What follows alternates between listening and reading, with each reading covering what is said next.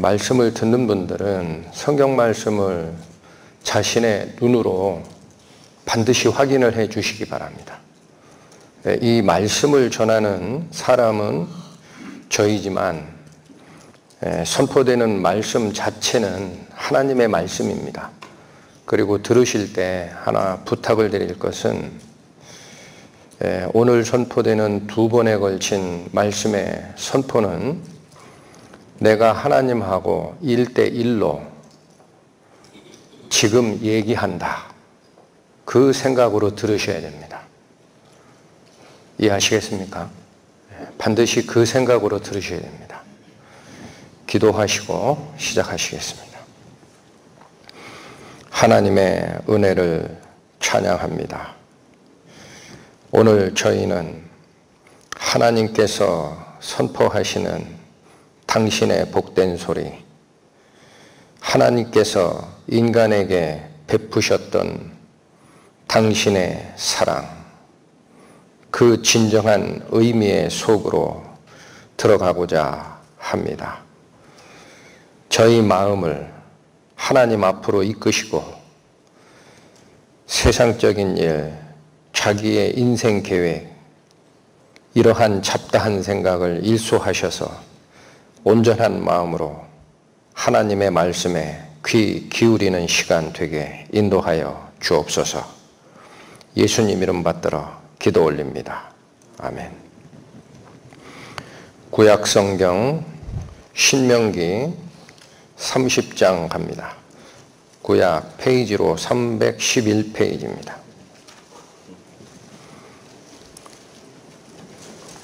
구약성경 신명기 30장 19절부터 읽겠습니다. 내가 오늘날 천지를 불러서 너희에게 증거를 삼노라. 내가 생명과 사망과 복과 저주를 네 앞에 두었은즉 너와 네 자손이 살기 위하여 생명을 택하고 네 하나님 여호와를 사랑하고 그 말씀을 순종하며 또 그에게 부종하라. 하나님께서 우리 인생들 앞에 2 길을 주셨다라고 분명히 말씀하셨습니다. 증인을 누굴 불러 삼았습니까? 하늘과 땅, 온 우주 앞에 선언한 하나님의 선언입니다. 내 앞에 생명과 사망을 둔다. 다시 말합니다. 복과 저주가 내 앞에 있다. 너와 네 자손은 살기 위해 제발 생명을 택하라.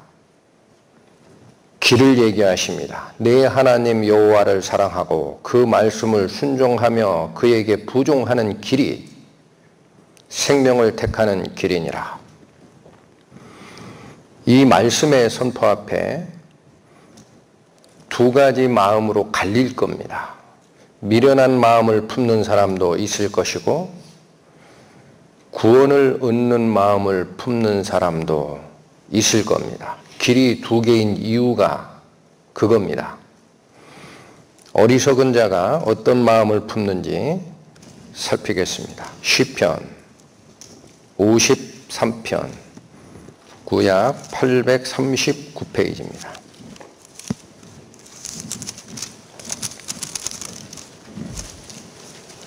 시편 53편 1절부터 살피겠습니다. 어리석은 자는 그 마음에 이르기를 하나님이 없다 하도다. 저희는 부패하며 가증한 악을 행하며 선을 행하는 자가 없도다. 하나님이 하늘에서 인생을 굽어 살피사 지각이 있는 자와 하나님을 찾는 자가 있는가 보려 하신즉 각기 물러가 함께 더러운 자가 되고 선을 행하는 자 없으니 하나도 없도다. 어리석은 자가 품는 마음, 성경에서 뭐라고 말씀하셨습니까? 마음에 하나님이 없다 하도다 라는 마음은 가장 어리석은 마음입니다. 그러니까 하나님이 안 보이시는 것이고 내 생각대로 사는 것이고 하나님 앞에서 물러가서 자기 생각을 쫓아 같이 더러운 생을 살고 선은 뭔지 모르고 멸망의 길로 가는 것입니다. 구원을 얻는 자의 마음을 살핍니다. 이사야서 45장 구약 1022페이지입니다. 이사야 45장 21절부터 살핍니다. 너희는 고하며 진술을 하고 또 피차 상의하여 보라. 이 일을 이전부터 보인 자가 누구냐? 예로부터 고한 자가 누구냐? 나 여호와가 아니냐? 나 외에 다른 신이 없나니 나는 공의를 행하며 구원을 베푸는 하나님이라. 나 외에 다른 이가 없느니라. 땅끝의 모든 백성아 나를 앙망하라.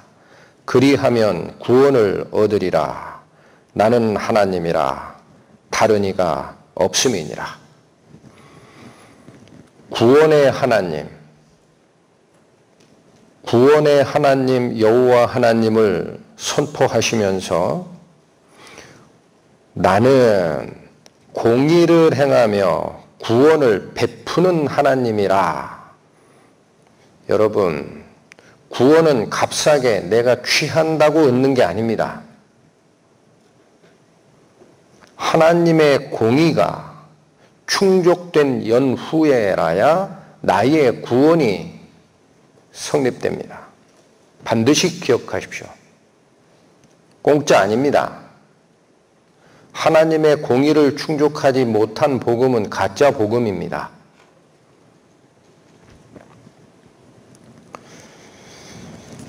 하나님의 공의로 인해서 우리는 반드시 죽은 후에 한 번은 심판대에 서게 되어 있어요. 히브리서 봅니다. 신약성경 362페이지 히브리서 9장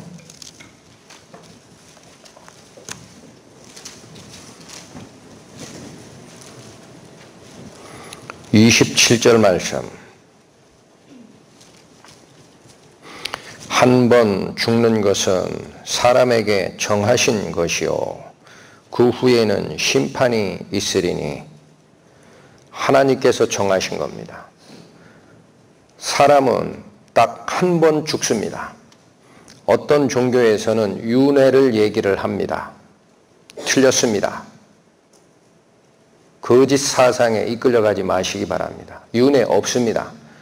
인간에게 딱 한 번의 인생을 정하는 거예요. 기회는 한 번뿐입니다.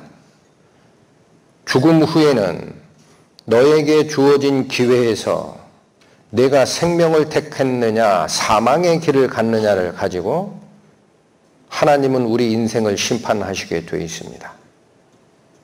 심판의 모습을 봅니다. 요한계시록 20장 신약성경 421페이지 요한계시록 20장 11절부터 살피겠습니다.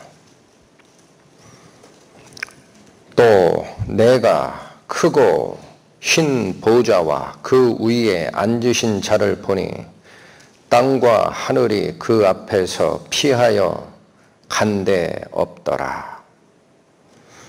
땅과 하늘이 피하여 간데 없더라라는 말은 땅과 하늘이 흔적도 없이 사라진 상태이더라. 그런 뜻입니다.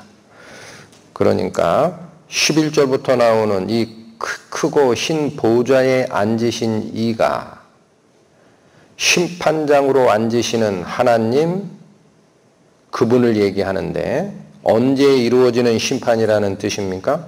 지금 3차원 세계가 전부 끝난 다음에 흔적도 없이 사라진 후에 일어날 심판 광경입니다. 12절부터 봅니다. 또 내가 보니 죽은 자들이 물온대소하고 그 보좌 앞에 섰는데 책들이 펴 있고 또 다른 책이 펴졌으니 곧 생명책이라. 죽은 자들이 자기 행위를 따라 책들에 기록된 대로 심판을 받으니 바다가 그 가운데서 죽은 자들을 내어주고 또 사망과 음부도 그 가운데서 죽은 자들을 내어주매 각 사람이 자기의 행위대로 심판을 받고. 심판의 모습입니다. 죽은 자라고 해서 하나님 앞에 다시 안 서는 게 아닙니다. 다 다시 씁니다. 크든 적든 하나님의 심판대 앞에 서게 돼 있고, 저 깊은 바닷속에 빠졌다 하더라도 그 자가 다시 나옵니다. 온 우주가 죽은 자의 영혼을 불러서 하나님의 심판대 앞에 세웁니다. 그런데 무엇을 따라 심판을 받는다라고 되어 있습니까? 13절의 마지막, 각 사람이 자기 행위를 따라 심판을 받습니다. 내가 어떻게 살았느냐? 이 행위에 관련된 책이 12절에 보면 책들이 펴있고 라고 표현한 수많은 책들입니다. 각자 인생을 살아가는 흔적을 하나님께서 기록한 책들이 펴집니다. 그리고 다른 종류의 책 하나, 이건 단수입니다. 복수의 책이 아닙니다. 그 책도 옆에 있다라는 거예요. 그 다른 책의 이름은 무엇이라? 곧 생명책이라. 14절, 사망과 음부도 불못에 던지우니 이것은 둘째 사망 곧 불못이라. 누구든지 생명책에 기록되지 못한 자는 불못에 던지우더라. 왜 이런 현상이 벌어질까요? 생명책에 기록되지 못한 자는 죽은 상태가 유지된 자라는 뜻이에요. 모든 인간은 아담의 타락 시점에 내가 먹는 날에 정령 죽으리라 하신 말씀과 같이 영이 죽은 상태에서 한 번도 영이 거듭난 경험이 없는 자입니다. 그 자들은 생명책에 이름이 농명되어 있지 않습니다. 그러면 그들은 심판을 어떻게 받습니까? 생명책과는 관계가 없습니다. 그러니 자기 행위를 기록한 책에 따라 그 행위가 죄가 있는지 없는지 하나님 앞에서 심판을 받는 건데, 하나님 앞에 내 행위가 아무리 옳다라고 주장하더라도 하나님 앞에, 하나님의 법 앞에 내 행동을 딱 비췄을 때 죄 없는 자는 아무도 없어요. 그러니까 전부 지옥 가는 거예요. 생명책에 농명된 자 외에는 전부 지옥에 갑니다. 그래도 하나님은 공의의 하나님이기 때문에 행위가 죄를 많이 졌느냐 적게 졌느냐에 따라 형벌의 경중은 따로 있다라고 합니다. 여러분, 행위에 따라 심판을 받고 라는 이 낱낱이 기록된 자기의 행위, 어떤 죄들이 펼쳐질까 생각을 해봤습니다. 하나님을 대항하고 하나님 없어 그렇게 짓는 죄가 있습니다. 하나님을 인정하되 어쩔 수 없는 죄를 진 경우도 있을 겁니다. 알고 지은 죄도 있고 모르고 지은 죄도 있습니다. 두 사람이 지은 죄도 있고 혼자 지은 죄도 있습니다. 드러내놓고 짓는 죄도 있습니다. 몰래 짓는 죄도 있을 겁니다.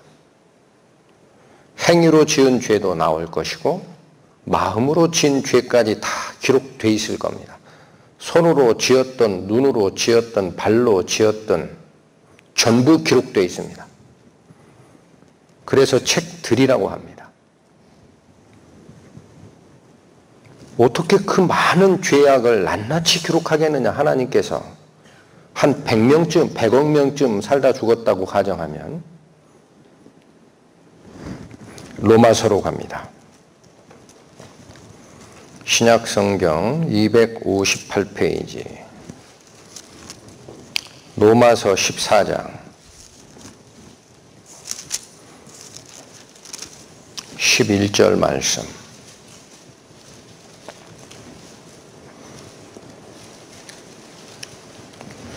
기록되었으되 주께서 가라사대 내가 살았노니 모든 무릎이 내게 꿇을 것이요 모든 혀가 하나님께 자백하리라 하였느니라. 이러므로 우리 각 인이 자기 일을 하나님께 짓고 하리라. 계시록에 표현되어 있는 마지막 심판, 최후의 심판이라고도 하고 신보좌 심판이라고도 부르는 그 장소, 거기에 모사되기를 책들에 기록된 대로 그렇게 돼 있었습니다. 그러나 그 책은 물질적 책이 아닌 겁니다. 기록한다라는 의미에서 책을 쓰는 거예요. 그럼 어디에 기록될까요? 하나님이 주신 우리 마음 속에 우리 옛날에 지었던 죄, 그 다 잊어먹었어요. 그러나 그 기억 속에 한 번 지나간 메모리는 하나님 앞에 섰을 때 죽은 자가 부활하듯 그 자가 평생을 겪었던 메모리가 그대로 살아나는 거예요. 하나님께서 얘기하는 게 아닙니다. 내 입이 그냥 다 증언할 거야. 걱정하지 마. 기록 방법 다 있거든. 각 사람의 입이 스스로 직고하리라. 여러분, 죽었다가 깨어나는 임사체험자들 말 들어보면 천국의 빛을 보기 바로 전에 겪는 증상이 있다고 합니다. 굉장히 짧은 시간인 것 같은데도 자기의 일생이 파노라마가 돌아가듯이 아주 선명하게 지나간대요. 그 왜 그래요? 사람의 메모리에 내가 생각하는 자각 영역에선 사라진 것처럼 보이나 하나님은 거기 다 기록하고 있습니다. 그거 꺼내시는 거예요. 여기 펼쳐질 겁니다. 내 인생이었느니라. 답변하라.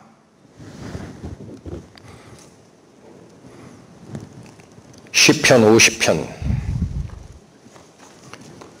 구약성경 838페이지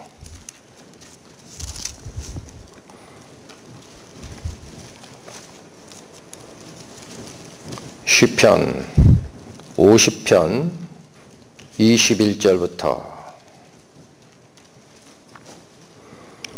네가 이 일을 행하여도 내가 잠잠하였더니 네가 나를 너와 같은 줄로 생각하였도다.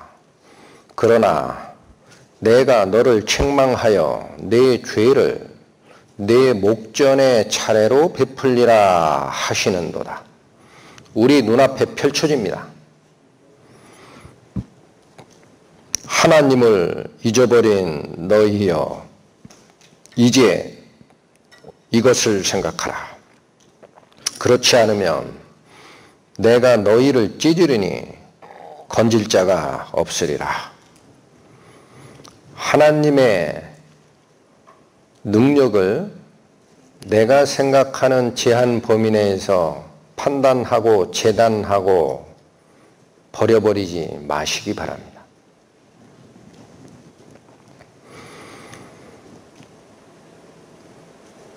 누가복음으로 갑니다. 신약성경 123페이지 누가복음 16장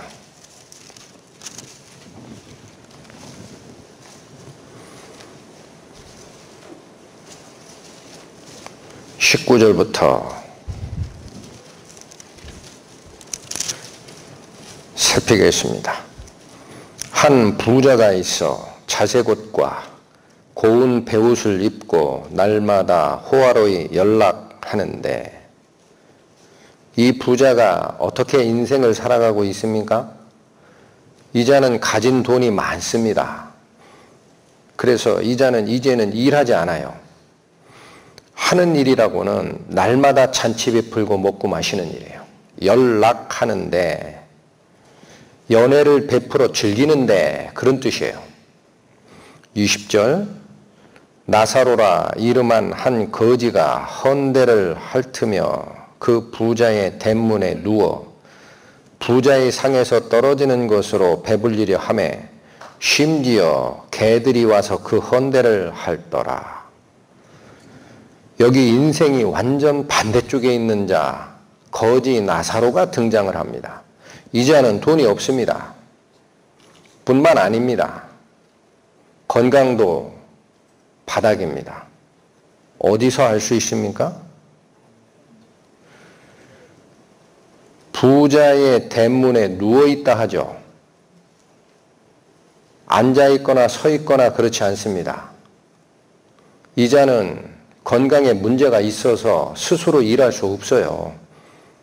다른 번역본에 보면은 사람들이 메어다가 부자 대문 앞에 놓고 구걸을 시켰다. 그렇게 번역한 번역본이 있을 정도예요. 일할 능력도 없고 돈도 없습니다. 건강이 최악인 것은 어떻게 합니까? 헌대를 핥았다 그러죠. 지금으로 표현하면 피부병이 돋고 각종 종기가 나고 진물이 터져 흐르는 상태입니다. 그러니까 개들이 와서 혀로 그것을 핥고 있는 지경이에요. 자기 힘으로 아무것도 할 수 없는 자입니다. 그 자가 어떻게 살아갑니까? 부자의 상에서 떨어지는 음식으로 배불리려 하매 살긴 살아야 했거든요. 달려있는 목숨 죽을 수는 없고 부자 잔치에서 나오는 음식 쓰레기, 그 쓰레기통 뒤지고 있는 자입니다. 22절 이에 그 거지가 죽어 천사들의 받들려 아브라함의 품에 들어가고 부자도 죽어 장사되매 저가 음부에서 고통 중에 눈을 들어 멀리 아브라함과 그의 품에 있는 나사로를 보고 죽은 후의 상황으로 장면은 바뀝니다. 이제는 정반대가 됐습니다. 거지 나사로는 죽어서 아브라함의 품이라 표현되는 낙원으로 이끌려갑니다. 천사들에 의해. 부자는 어디로 갔습니까? 죽어 장사된 후에 어둠의 장소, 명복을 빌어줬던 바로 그곳 황천, 지옥으로 떨어졌습니다.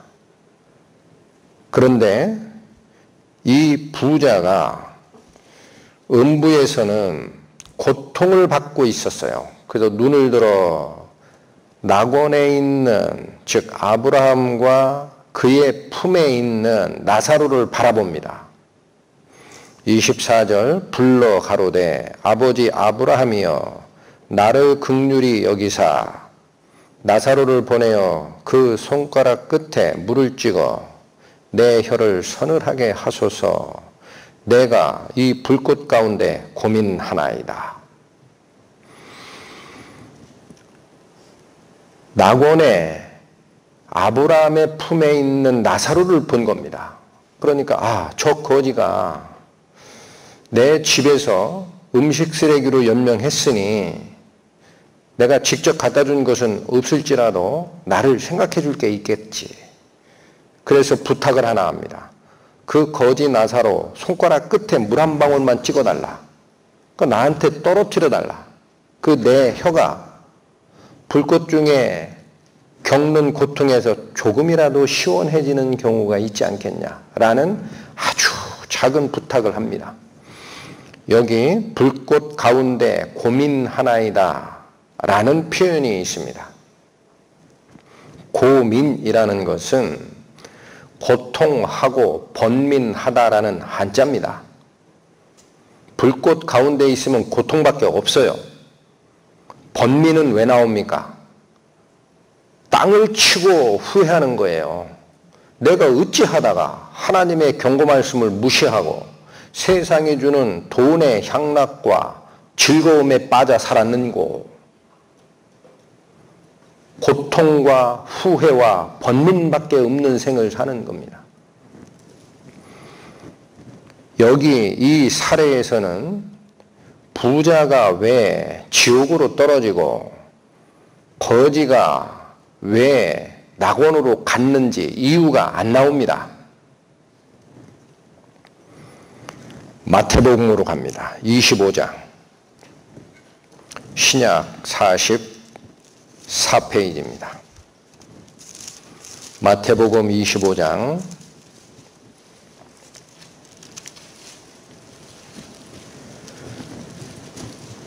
지금 제시해드리는 말씀을 잘 보십시오. 누가 지옥으로 가고 누가 영생으로 가는지가 이제 나옵니다. 마태복음 25장 31절부터 살피겠습니다. 인자가 자기 영광으로 모든 천사와 함께 올 때에, 이 말은 예수님께서 이 땅에 재림하셔서 그런 뜻입니다. 자기 영광의 보좌에 앉으리니 모든 민족을 그 앞에 모으고 각각 분별하기를 목자가 양과 염소를 분별하는 것 같이 하여 양은 오른편에 염소는 왼편에 두리라. 여러분, 예수님께서 모든 백성을 좌우로 가르는 때가 있다라는 겁니다. 그런데 그걸 어떻게 표현했어요? 양은 오른편으로 가고 염소는 왼편으로 갈릴 거다라는 얘기를 합니다. 잘 들으셔야 됩니다. 양과 염소가 왜 이렇게 갈라집니까? 그 말씀 드리기 전에 오른편, 왼편이 뭘 얘기하는지를 먼저 보시고 설명을 드립니다. 34절.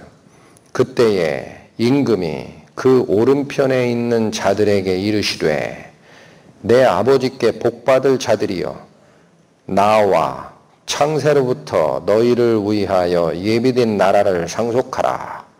오른편으로 간 자는 하나님의 나라를 상속받는 사람으로 분류가 된 겁니다. 왼편은 어떻게 설명이 됩니까? 41절. 또 왼편에 있는 자들에게 이르시되 저주를 받은 자들아 나를 떠나 마귀와 그 사자들을 위하여 예비된 영영한 불에 들어가라. 확인이 됐습니다. 예수님께서 오셔서 모든 민족을 모으고 오른편 왼편으로 가르는 때가 있다 그랬고, 오른편으로 가는 것은 양이고 왼편으로 가는 것은 염소라 그랬습니다. 그리고 오른편이 뭔가 봤더니 하나님의 나라를 상속받는 반열에 들어가는 자들이고, 왼편으로 가는 자들은 마귀와 그 종들, 마귀를 쫓아가는 자, 사자라는 게 그런 뜻이에요. 불일사입니다. 마귀가 부리는 자들을 집어넣기 위해 만든 영원한 불 속으로 끌려 들어간다라는 겁니다. 오른편 왼편의 운명을 확인하셨습니까? 그렇다면 왜 양이 오른편이고 염소가 왼편일까요? 양은 죄를 하나도 안 졌고 염소는 죄를 많이 져서 그렇습니까? 성경에서 염소와 양은 되새김질을 하고 발굽이 갈라졌기 때문에 구약의 율법 개념에서는 둘 다 선한 짐승입니다. 그것 때문에 갈라지는 게 아니에요. 염소는 고집이 있습니다. 시골에서 염소 키워본 사람은 압니다. 풀 뜯어 먹으라고 산에 줄 매놓으면 혼자 잘 먹어요. 그 저녁 때 되면 데려와야 될 거 아닙니까? 그런데 어쩌다 보면은 밤이 으스럭할 때까지 까먹은 거예요. 염소 저기 맸는데. 아이고 빨리 가서 가져오자. 가서 풀어요. 그럼 염소도 알아요. 자기가 먼저 갑니다. 집으로. 그런데 바쁘니까 염소보다 염소를 끌고 가는 사람이 앞서는 경우가 있어요. 빨리 가자. 그러다가 목줄이 당겨져요. 그 순간 염소는 네 발을 딱 뻗습니다. 안 갑니다. 그게 고집입니다. 그게 고집이에요. 내 생각 버려라. 시편 49편 말씀 기억하십니까? 하나님께서 3번이나 들으라 하셨고 맨 밑에 결론은 존귀에 처하나 깨닫지 못하는 자는 멸망하는 짐승과 같도다. 왼편으로 가는 자가 어떤 자였습니까? 생시에 집중하는 자입니다. 내 살아있는 이 이것 내가 최대한 나를 위해서 쓰겠다. 자수성가했고 사람들로부터 칭찬도 받았고 자기도 자축할 만한 인생을 산 사람들이에요. 그러나 뭐를 잊어버렸어요? 하나님도 잊어버리고 영혼의 문제를 생각한 적이 없는 자입니다. 경고를 들었는데도 불구하고. 그게 고집이에요.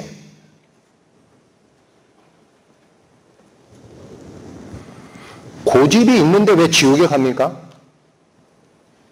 그 자는 하나님의 영접 기회를 버렸기 때문에. 신명기 말씀 기억하십시오. 내가 천지를 불러 너희에게 증거를 삼노라. 내 앞에 생명의 길과 사망의 길을 두고 복과 저주를 두노니 너와 네 자손은 살기 위해 생명을 택하라. 관계없어. 신이 어디 있는데. 그렇게 산 자입니다. 하나님의 은혜가 그에게는 열리질 않는 거예요. 이해하시겠어요? 마가복음 갑니다. 마가복음 9장 신약 70페이지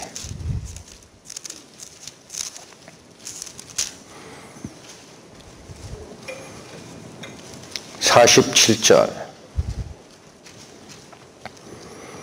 지옥의 현실입니다. 신약 70페이지 마가복음 9장 47절 만일 내 눈이 너를 범죄케 하거든 빼어버리라. 한 눈으로 하나님의 나라에 들어가는 것이 두 눈을 가지고 지옥에 던지우는 것보다 나으니라. 거기는 구더기도 죽지 않고 불도 꺼지지 아니하느니라. 사람마다 불로써 소금 치듯함을 받으리라.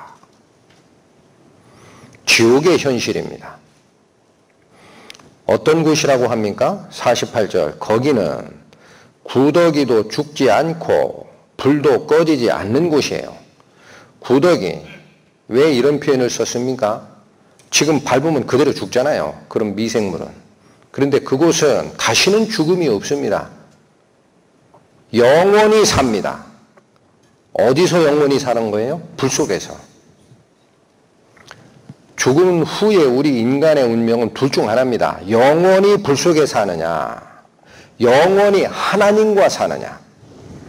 그 불이 사람을 어떻게 고통을 주느냐. 49절 사람마다 불로써 소금 치듯함을 받으리라. 소금 친다라는 표현을 씁니다. 무슨 뜻입니까? 김장을 합니다. 배추 포기가 있어요. 소금에 절여야 돼요. 겉에다가 소금 치고 그냥 놔둡니까? 속에까지 안 절여 들어가죠? 한 이파리 꺼내고 소금 치고 한 이파리 꺼내서 소금 치고 그렇게 절이게 되어 있어요. 이해하시겠습니까? 이 말을 불에 절여지리라 라고 번역한 번역본이 있습니다. 잘 기억하십시오. 고통을 피할 수 없어요. 그곳은. 이쯤 되면 질문을 하실 겁니다. 하나님께서 사람을 사랑하신다면서요. 당신의 형상을 따라 만드셨는데 잘못했다고 해도 천년도 아니고 만년도 아니고 영원히 이 불의 고통 속에 넣는 이유가 무엇입니까? 하나님이 사랑의 하나님 맞나요? 이런 질문들을 하십니다. 지옥은 사람 가라고 만드신 곳이 아니에요.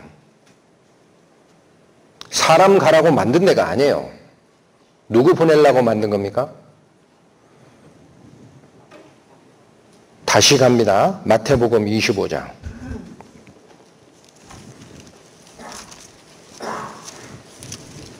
(44페이지) 마태복음 25장 41절 말씀. 또 왼편에 있는 자들에게 이르시되 저주를 받은 자들아 나를 떠나 마귀와 그 사자들을 위하여 예비된 영영한 불에 들어가라. 지옥이 누구를 위해 만들었다라고 해요? 마귀 가두려고. 그럴 거 아니겠습니까? 여기 온 세상을 어지럽히는 병원균들이 있어요.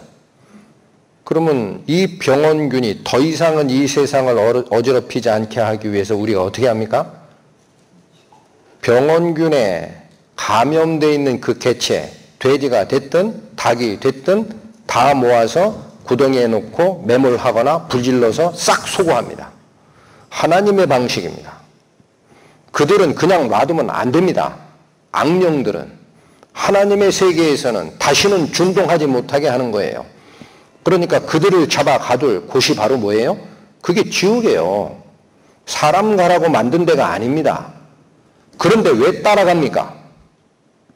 여기 왼편에 있는 자들 고집부리다가 마귀와 그 사자들을 위해 예비된 곳으로 끌려가는 모습 보이죠? 왜 그래요? 사람이 원래 하나님의 자녀였어요. 그런데 명령 어기고 어디 밑으로 들어갔다고요? 마귀 밑으로.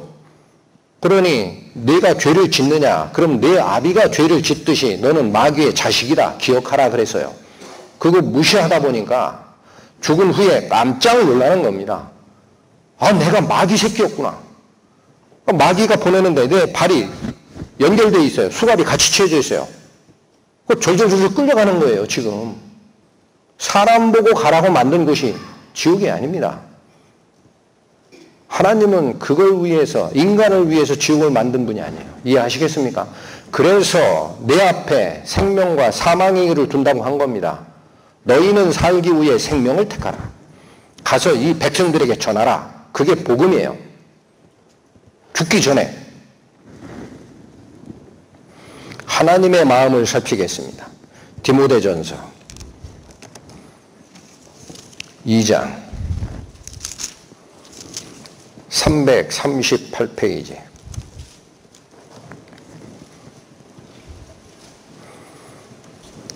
디모데 전서 2장 4절부터 봅니다. 하나님은 모든 사람이 구원을 받으며 진리를 아는 데 이르기를 원하시느니라. 하나님은 한 분이시요 또 하나님과 사람 사이에 중보도 한 분이시니 곧 사람이신 그리스도 예수라. 그가 모든 사람을 위하여 자기를 속전으로 주셨으니 기약이 이르면 증거할 것이라. 여러분, 무슨 말씀이 선포되어 있습니까? 하나님은 4절 다시 보십시오. 하나님은 일부 사람이, 모든 사람이, 모든 자가 구원을 받으며 진리를 아는 데 이르시기를 원하십니다. 그래서 사탄 보내려고 만든 지옥, 개를 가두기 위해 만든 지옥, 더 이상 준동치 못하도록 감옥에 집어넣는 장소 그 지옥에 인간이 가기를 원하지 않아요. 하나님은 그런 마음을 품으신 적이 없어요. 그래서 어떻게 해요? 그러면 죄 속에 빠져가지고 다 끌려가는 모습 그냥 보고 계셔야 됩니까? 하나님께서? 방법을 만드셨다고 하잖아요. 5절부터 잘 읽으십시오. 하나님은 한 분뿐이시에요. 또 하나님과 사람 사이에 중보가 한 분이 계십니다. 여기 중보라고 번역된 이 말은 중재자, 중재하는 자. 왜 인간과 하나님은 중재자가 필요합니까? 하나님은 거룩하시고 인간은 죄인이기 때문에 곧바로 대면하는 순간 하나님의 거룩함 앞에 죄인은 죽을 수밖에 없습니다. 직접 못 만납니다. 아시겠죠? 그 중간에 죄인된 인간이 하나님을 만나게 연결해주는 중재자가 한 분 계시다라는 거예요. 그분 누구밖에 없다? 한 분이시니 곧 사람이셨던 그리스도 예수라. 예수님께서 어떻게 중재자로 쓸 수 있습니까? 그분은 원래 하나님이셨기 때문에 하나님과 연결이 되어 있어요. 그리고 그분은 우리 육체를 쓰고 이 땅에 실제로 태어나셨던 분이기 때문에 우리 인간과도 연결이 되어 있습니다. 이게 사달입니다.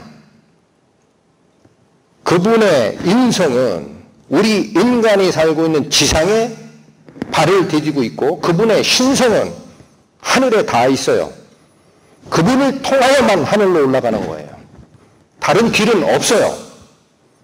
오직 한 분 중재자 그리스도를 보내겠다라는 거예요. 어떤 방식으로? 6절 그가 모든 사람을 위하여 자기를 속전으로 주셨으니 기약에 이르면 증거할 것이라. 방법이 이것밖에 없다라는 겁니다. 당신의 목숨을 속전으로 내어놓으셨습니다. 속전이 뭡니까? 내가 어느 집에 부채를 졌어요. 빚을 졌어. 그런데 그걸 못 갚아. 그랬더니 채주가 내가 나한테 와가지고 종 노릇해야 되나 그거 다 갚을 때까지 데려갔어요. 이게 종으로 팔린 자입니다. 꺼내오는 방법은 뭘까요? 돈이 많은 내 친척이 그 채주한테 갑니다. 빚쟁이. 가가지고 얘가 진 빚이 얼마요? 100억이야. 그래요? 내가 그 돈 갚을 테니까 풀어주셔. 그때 내는 돈을 속전이라고 합니다. 속전. 예수님께서 사탄의 종으로 팔려가는 인간을 구하기 위해 돈을 낸 게 아니고 당신의 생명을 내놓으신 거예요. 풀어내라. 너 관계없으니 얘는 풀어줘. 그게 하나님이 정하시는 새로 열리는 길입니다. 당신의 아들의 목숨값으로. 왜 그런데 모든 사람이 하나님을 믿고 구원받기를 원하셨고 중재자를 한 분 세워놓으셨고 그 예수 그리스도의 생명은 모든 자의 속전이라고 합니다. 다시 읽으세요. 6절. 그가 모든 사람을 위하여 자기를 속전으로 주셨습니다. 여러분 잘 기억하십시오. 모든 사람을 위한 속전입니다. 빠지는 자 있습니까? 없습니다. 히틀러마저도 그 자가 저지른 죄값마저도 그리스도의 속전은 전부를 사할 수 있는 능력이 있는 돈이에요. 모든 자를 위한 속전으로 내놓으셨습니다. 일부를 위한 돈이 아니었습니다. 그것이 하나님의 사랑입니다. 그런데 왜 일부는 구원을 받고 일부는 지옥을 갑니까? 왜 그렇습니까?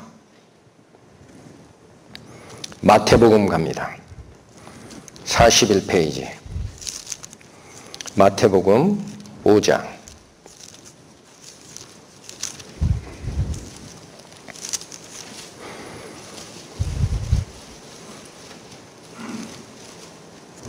제가 잘못 알려드렸습니다. 마태복음 23장. 신약성경 41페이지. 37절. 예루살렘아, 예루살렘아, 선지자들을 죽이고 내게 파송된 자들을 돌로 치는 자여, 암탉이 그 새끼를 날개 아래 모음같이 내가 네 자녀를 모으려 한 일이 몇 번이냐? 그러나 너희가 원치 아니하였도다. 하나님께서 속전을 당신의 독생자 목숨을 속전값으로 다 내놨으면 뭐합니까? 안 받으면 못 가는 거예요. 내가 거부하면 안 되는 거예요. 여러분, 공짜로 주는 것을 우리가 선물이라고 합니다. 한자로는 증여라고 합니다. 증여. 내가 저 사람에게 아무 대값이 재산 넘기는 걸 증여라고 그래요. 받는 자는 선물 받았다 그래요. 그러면 증여라는 이 행위가 법률적으로 성립되기 위해서는 주는 자는 아무 대가 없이 준다라는 이 행위 하나로 끝나는 건 줄 아세요? 사람의 법에서도 그렇게 안 가리킵니다. 법대 1학년 들어가서 민법 총칙을 배우면 교수님들이 가르치기 제일 힘든 게 그거래요. 매매는 쌍방행위라고 알아요. 파는 자와 사는 자 마음이 합쳐져야 매매가 일어난다. 다 알아요. 증여가 쌍방행위요, 단독행위요 라고 쓰시오 그러면 대부분 80% 학생이, 신입생들이 단독행위라고 쓴다요. 그거 아닙니다. 증여도 쌍방입니다. 내가 공짜로 주겠노라. 받는 자도 네, 받겠습니다. 할 때에 증여가 이루어집니다. 받는 자가 안 받겠소 그러면요, 원본 반환되게 돼 있어요. 잘 기억하세요. 하나님 편에서 전부 뿌려줬습니다. 선물을. 받는 자가 나는 하나님 없어. 혹은 나는 죄인 아니야. 내가 어떻게 지옥 가는 죄야. 그런 거 없어. 그러면 그 돈은 리턴 됩니다. 하나님께로 돌아와요. 얘가 반납했구나. 우편물 반송해버렸네.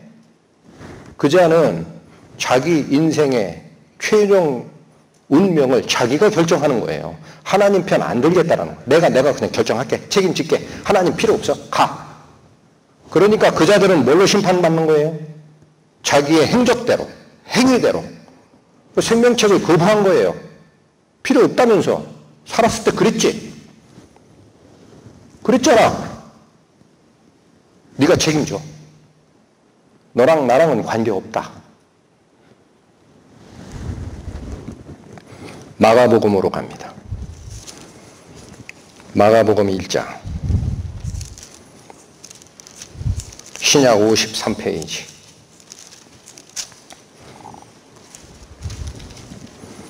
15절 말씀. 가라사대 때가 찼고 하나님 나라가 가까웠으니 회개하고 복음을 믿으라 하시더라. 여러분, 하나님의 복음을 이미 들었던 분들이 많이 있을 겁니다. 그런데 왜 내가 나중에 살다 보면 하나님의 자녀로 거듭난 증거도 없고 이상하느냐, 이런 생각 가지신 분도 있을 겁니다.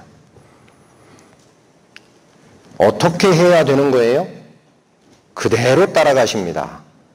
하나님 나라가 가까웠으니, 끝날이 가까웠으니 회개하고 복음을 믿으라 그랬지, 회개 없이 복음 믿으라 그랬습니까? 회개가 빠진 믿음은 가짜입니다. 그래서 하나님은 회개의 마음을 보시는 거예요. 그게 받아들이겠다라는 마음입니다. 내 인생이 죽을 인생이야. 인정하겠니? 예, 하나님. 그러면 모든 걸 포기하고, 내가 가지고 있던 거지가 쓰던 그거 있잖아. 거적대기, 밥통, 숟가락. 그런 거 가지고 내 왕국에 들어오는 게 아니니까 다 버리고 돌아오겠니? 그리하겠나이다. 이게 회개의 마음이에요. 내가 가던 길이 죄악의 길, 사망의 길임을 알면 더 이상 밀은 안 둡니다. 가차없이 버립니다. 하나님을 쫓습니다. 그 리턴, 내가 가던 길에서 리턴, go back to God 하지 않는 마음이, 공짜로 그냥 복음을 내게 in my pocket 하겠다는 단독행위로 가는 자예요. 그 자에겐 복음이 없어요. 그러니까 하나님의 성령의 인치심이 없는 것이고, 인생이 바뀐 게 없는 것이고, 두고 보면 머릿속에 그림만 그려져 있는 거예요. 그건 죽은 복음입니다. 고린도전서로 갑니다. 264페이지. 1장 21절.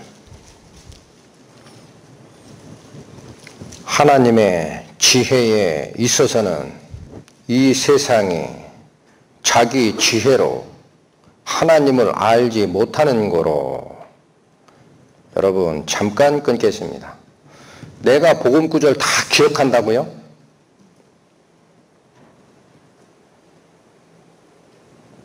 복음 집회 가면 다음에 무슨 복음 구절 펼칠지까지 내가 안다고요? 그거 가지고 하나님 앞에 갈 수 있습니까?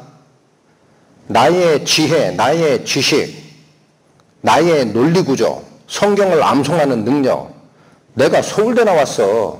박사인데? 그거 가지고 하나님께 간다고요? 못 간다고 하시잖아요. 다시 있습니다. 하나님의 지혜에 있어서는, 이건 지혜에 관하여는 그런 얘기예요. 이 세상이 자기의 지혜로 하나님을 알아요, 몰라요? 알지 못합니다. 그러면 어떻게 하나님을 발견하게 하느냐? 이어집니다. 하나님께서는 전도라는 미련해 보이는 것으로, 잘 기억하십시오. 하나님께서 전도에 미련한 것으로 어떤 자를 구원합니까? 믿는 자를 구원하시기를 기뻐하시는 거예요. 머리가 똑똑한 자, 성경 구절 암기하는 자, 연보를 많이 하는 자, 주일 성수하는 자, 아프리카 빈민에게 가서 평생을 봉사하는 자를 구원하는 게 아닙니다. 누구를 구원해요? 미련해 보이는 얘기 같지만 하나님께서 하신 일, 복음, 그걸 마음에 받아들이는 자를 하나님은 구원하시는 거예요. 요한일서 갑니다. 390페이지 3장 8절 말씀. 죄를 짓는 자는 마귀에게 속하나니 마귀는 처음부터 범죄함이니라.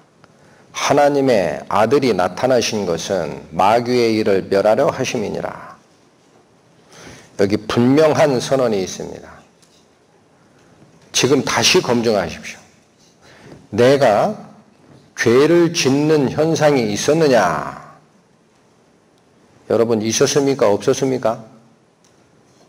내가 죄를 짓는 현상이 있었느냐? 내 속에 바이러스가 있었느냐? 있었습니다. 그러면 나는 누구에게 속한 자? 마귀에게 속한 자예요. 이거를 없애버리기 위해 하나님의 아들이 오시는 겁니다. 로마서로 갑니다. 6장 247페이지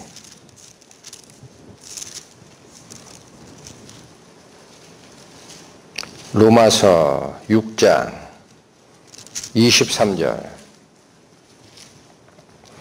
죄의 싹은 사망이요 하나님의 은사는 그리스도 예수 우리 주 안에 있는 영생이니라.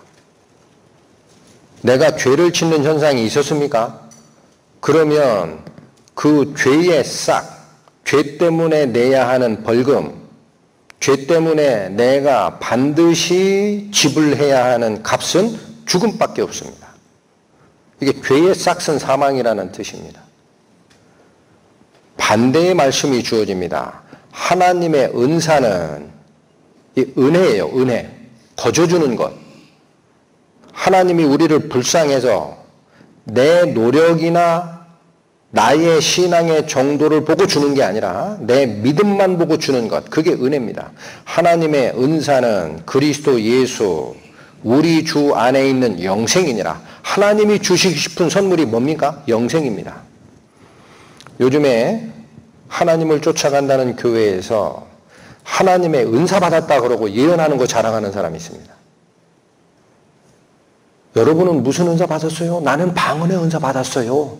그런 사람들이 있습니다. 많이 있습니다. 하나님의 복음을 들으러 오십시오. 그러면 여기 복음 집회 와가지고 원래 전하는 분들이 우리 목사님 하나님 말씀을 굉장히 정확하게 전합니다. 가서 들어보시죠 하고 끌고 오면은요. 전도 집회 과정에 내가 가지고 있는 병이나 어떻게 안수해서 고칠까 그렇게 오는 분 봤어요. 심각한 겁니다. 하나님의 은사는 그런 게 아닙니다. 무엇이 하나님의 은사입니까? 그리스도 예수 안에 있는 영생을 발견하게 하는 것, 그것이 하나님의 선물이고 은혜고 은사예요. 그걸 앙망해야 합니다. 그것만 바라봐야 됩니다. 잡다한 것은 전부 쓰레기통에 집어넣어야 됩니다. 그렇지 않고는 영생을 위한 하나님의 말씀이 내 영 속으로 들어오질 않아요. 고린도전서로 갑니다. 15장.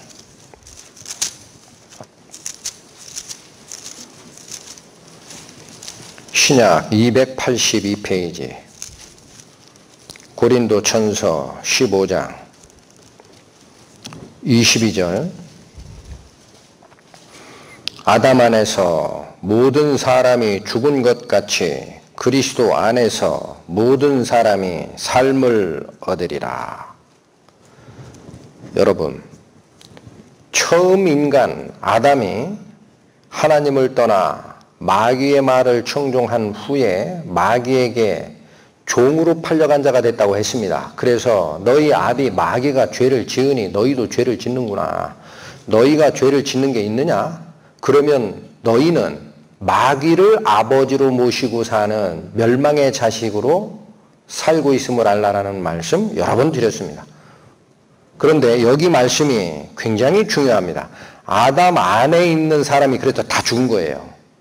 한 사람 아담이 범죄함으로 죄가 세상에 들어오고 죄로 말미암아 사망이 왔나니 모든 자가 죄를 지었음에 사망이 모든 자에게 임하였느니라. 끝났구나. 방법 없네. 인간의 입장에선 그렇습니다. 근데 여기 무슨 방법을 제시하십니까? 다시 있습니다. 아담 안에서 모든 사람이 죽은 것처럼 그리스도 안에서 모든 사람이 생명을 얻게 된다는 거예요. 그 왜 그래요? 아담이 온 인류의 대표자였습니다. 죄에 물든 인간은 스스로 사망의 구덩이에서 나올 방법이 없어요. 하나님이 어떻게 인간을 구하십니까? 당신께서 삼위일체로 계셨던 하나님이 당신께서 사람의 몸을 쓰고 지상에 오셔서 죄의 값을 치르고 내 속으로 들어와 하는 거예요. 내 속으로 들어와. 야, 구원의 방주가 있어. 내 속으로 들어와. 방주 타지 않은 자는 다 죽는 거야. 들어올래 말래. 들어갑니다도 있고 안 들어갈 거야. 있어요. 그 방주에 탔어요. 그리스도 안에 있어요. 그 자들을 끌고 하늘에 올라갑니다. 삶은 어디 안에밖에 없어요? 그리스도 안에. 그래서 이 그리스도를 성경은 마지막 아담이라고 합니다. 다른 방법은 이제 없습니다. 막차 타는 거예요. 살피겠습니다. 45절. 기록된 바 첫사람 아담은 산 영이 되었다 함과 같이 마지막 아담은 살려주는 영이 되었나니. 첫사람 아담은 설명할 필요 없습니다. 그 아담도 죄를 범하기 전에는 영이 살았었어요. 창세기에 그렇게 나오죠. 하나님께서 흙으로 사람을 지으시고 그 코에 생기를 불어넣으니 사람이 생령이 된지라. 하나님의 영적 생명을 불어넣었더니 육체는 흙으로 만들어졌지만 그 속에는 하나님의 영이 살아 움직이는 그런 존재가 됐다라는 뜻입니다. 그런데 범죄함으로 인하여 하나님과 끊어지는 순간 먹는 날에는 내가 정령 죽으리라 라는 말씀대로 죽은 영이 된 겁니다. 그러니까 이 아담은 살려주는 영은 될 수 없어요. 다른 사람을 살릴 수가 없어요. 자기도 살 수가 없어요. 그게 아담이 옛날에 산영이 되었다라는 얘기가 있지 그런 얘기예요. 그것처럼 이제는 마지막 아담을 꺼내세요. 그 자는 실패자고 막차 타라. 모든 인간의 희망이 여기가 끝이다. 그리스도를 보내마. 이 그리스도는 살려주는 영으로 오는 거예요. 자기의 목숨을 내놓고 살려주는 영으로 오십니다. 이게 그리스도의 비밀이라는 거예요. 마지막 아담이라고 하는 겁니다.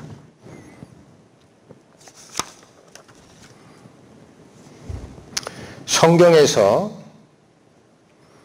영생이 있구나 하고 성경을 상고합니다. 근데 이 성경 말씀에 무엇을 발견하지 못하면 주변만 훑고 지나가는 거느냐? 예수님이에요. 말씀 봅니다. 요한복음 5장 39절 페이지로 신약 151페이지 요한복음 5장 39절 너희가 성경에서 영생을 얻는 줄 생각하고 성경을 상고하거니와 이 성경이 곧 내게 대하여 증거하는 것이로다.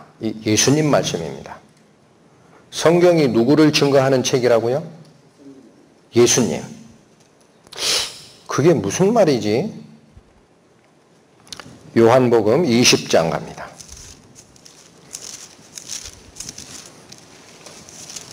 (184페이지) 20장 30절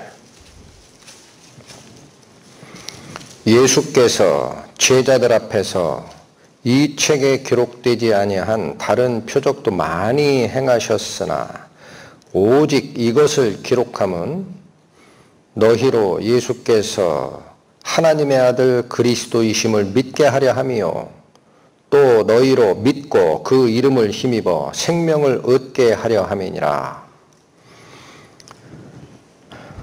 예수님께서 지상사역을 할 때 병자 고치고 안진뱅이 일으키고 죽은 자 살려내고 떡 5개와 물고기 2마리로 5,000명을 살리고 이런 기적들을 하셨습니다.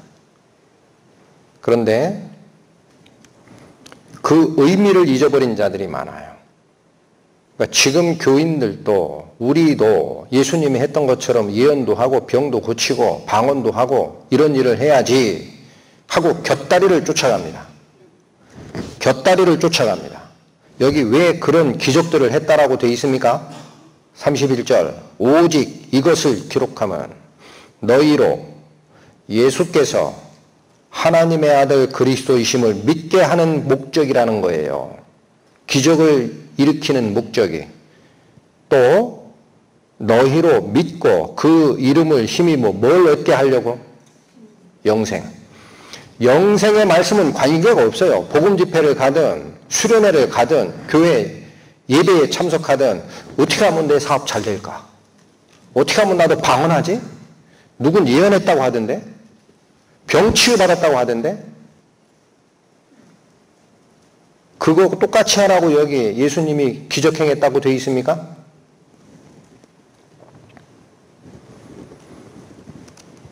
잠언으로 갑니다.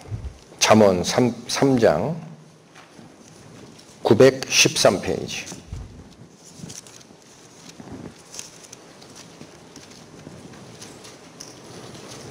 잠언 3장 5절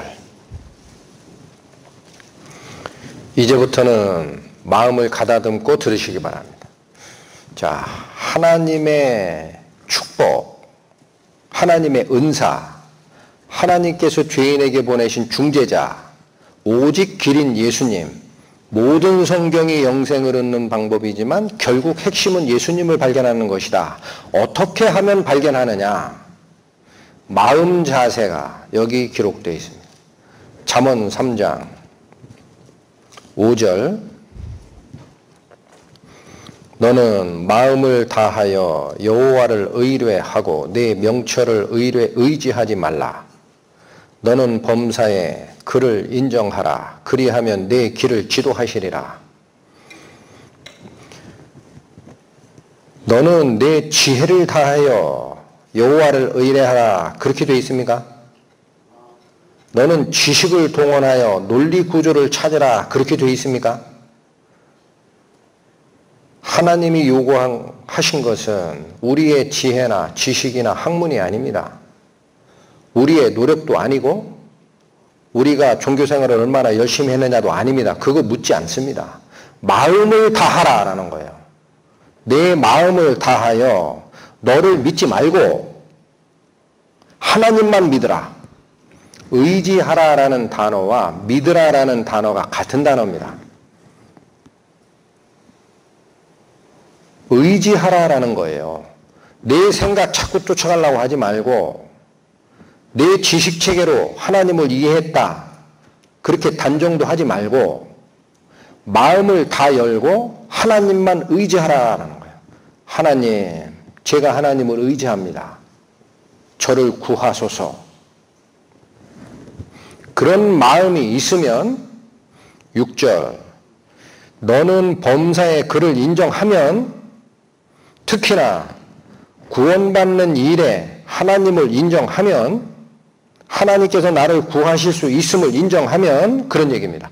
그리하면 내 길을 지도하시리라. 히브리서 말씀 히브리서 11장 신약 365페이지입니다.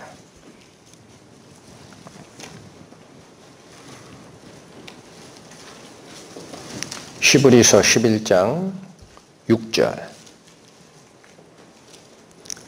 믿음이 없이는 기쁘시게 못하나니 하나님께 나아가는 자는 반드시 이 필수 조건입니다. 반드시 그가 계신 것과 또한 그가 자기를 찾는 자들에게 상 주시는 이심을 믿어야 할지니라. 여러분, 믿음이라는 게 의지하라라는 뜻이라고 그랬어요. 하나님께 나아가는 자는 두 가지 요건 반드시 갖춰야 된다는 겁니다. 반드시입니다. 반드시. 첫 번째 요건 뭡니까? 그가 계신 것을 믿어야 돼요. 하나님이 실제로 존재하심을 믿어야 되고 하나님께서 천지를 창조하신 창조주이심을 믿어야 되고 우리 생명을 지금도 주관하시는 자이심을 믿어야 됩니다. 이스라엘 민족들을 끌고 갔던 심판과 축복을 같이 내렸던 능하신 하나님, 그분이 지금 나를 심판하실 수도 있고 생명으로 이끄실 수도 있는 분이시다. 이 사실을 믿으셔야 됩니다. 또한 하나 믿어야 될 게 있습니다. 그가 자기를 찾는 자들에게 벌 주시는 이이십니까? 상 주시는 입니다. 하나님의 마음입니다. 그래서 하나님은 모든 사람이 구원을 받으며 진리를 아는 데 이르시기를 원하시느니라. 이 하나님을 믿어야 되는 거예요. 내가 자꾸 성경 말씀 가지고 구원이 뭐지? 하고 꿰맞추려고 하지 마십시오. 가짜 구원만 여기 자꾸 그림 그리는 거예요. 내가 꿰맞추려고 하지 마세요. 하나님을 믿으세요. 그분이 하십니다. 그분이 복 주는 거예요. 그분이 안 줬는데 내가 받았다고 하면 그 가짜지. 준 적이 없는데 자꾸 줬다고 하니까. 그러니까 엉뚱한 삶을 사는 거예요. 누가 하신다? 하나님이 복 주시는 능력이 있다. 그거 믿어라. 너를 의지하지 말라. 범사의 그를 인정하라. 그리하면 내 길을 지도하시리라. 예수님이 어떤 분이신지를 봅니다. 이사야서 7장.